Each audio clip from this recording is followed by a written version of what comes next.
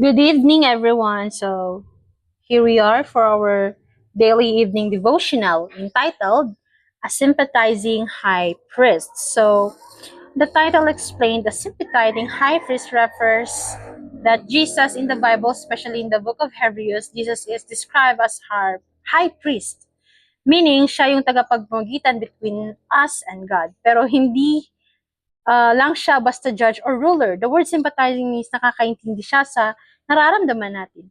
Hindi siya distant or walang pakialam. So basically, the title telling us na Jesus understands our struggle, temptations, pains, and weaknesses because He also lived here on earth as human. Kahit perfect siya and walang kasalanan, He experienced temptation and suffering. Kaya when we pray or ask for help, He truly understands us. Hindi siya high priest na malayo sa atin. He is compassionate and caring. So, in the next slide, thou last maintained my right and my cause, thou satest in the throne judging right. So, makikita sa Psalms 9:4, Ages 28:1. So, let's continue with our first paragraph. We do not understand the greatness and majesty of God, nor remember the immeasurable distance between the Creator and the creatures formed by His hand. He who is seated in the heavens, swaying the scepter of the universe, does not judge according to our finite standard, nor reckon according to our computation. We are in error if we think that which is great to us must be great to God, and that which is small to us must be small to Him as well. So, ang message dito is we really cannot fully understand kung gaano kadakila ang Diyos. Kasi minsan, we think using our limited human understanding para sa atin, may mga bagay na sobrang big deal and may mga bagay na maliit lang, pero pag sa Panginoon, iba ang perspective. Kaya God is the creator of the universe, so His wisdom and judgment are way beyond ours. Kaya mali kung iisipin natin yung tingin nating malaking bagay ay ganun din kay God, or kung ano yung maliit sa atin, maliit lang din sa Kanya. Basically, the paragraph reminds us to be humble kasi hindi natin kayang sukatin ang wisdom ng Panginoon gamit lang ang ating human thinking. So let's continue with the next paragraph. Okay. No sin is small in the sight of God. The sins which man is disposed to look upon as small may be the very ones which God accounts as great crimes. The drunkard is despised and is told that his sin will exclude him from heaven, while pride, selfishness, and covetousness go unrebuked. But these are sins that are especially offensive to God. We need clear discernment that we may measure sin by the Lord's standards. So, dito, sinasabi na walang maliit na kasalanan sa harap ng Diyos. Minsan kasi people judge sins differently. So, example, kapag may drunkard, madaling i-judge ng mga tao. Sinasabi agad na mali yun at hindi siya makakapunta sa langit. Pero, at the same time, may mga sins tulad ng pride, selfishness, at greed na minsan hindi pinapansin ng mga tao. Parang normal lang, pero actually, these sins are very offensive to God. So the lesson here is that we should not measure sin using human standards. Hindi dapat kung ano lang ang obvious or socially acceptable. Instead, we should look at the sin the way God sees it. Okay, now let's continue. Now, for the paragraph 3, now while probation lingers, it does not become one to pronounce sentence upon others and look to himself as a model man. Christ is our model. Imitate him. Plant your feet in his steps. You may professedly believe every point of present truth, but unless you practice these truths, it will avail you nothing. So, AJ 78.4.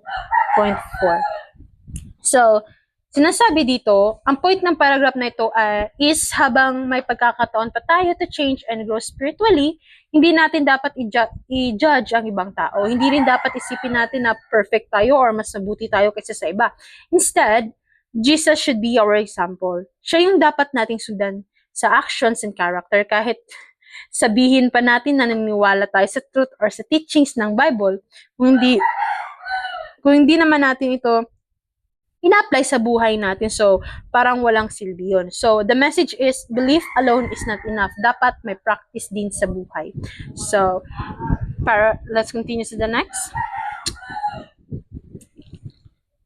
We are not condemn others. This is not our work, but we should love one another and pray for one another. When we see one err from the truth, then we may weep over him as the Christ wept over Jerusalem.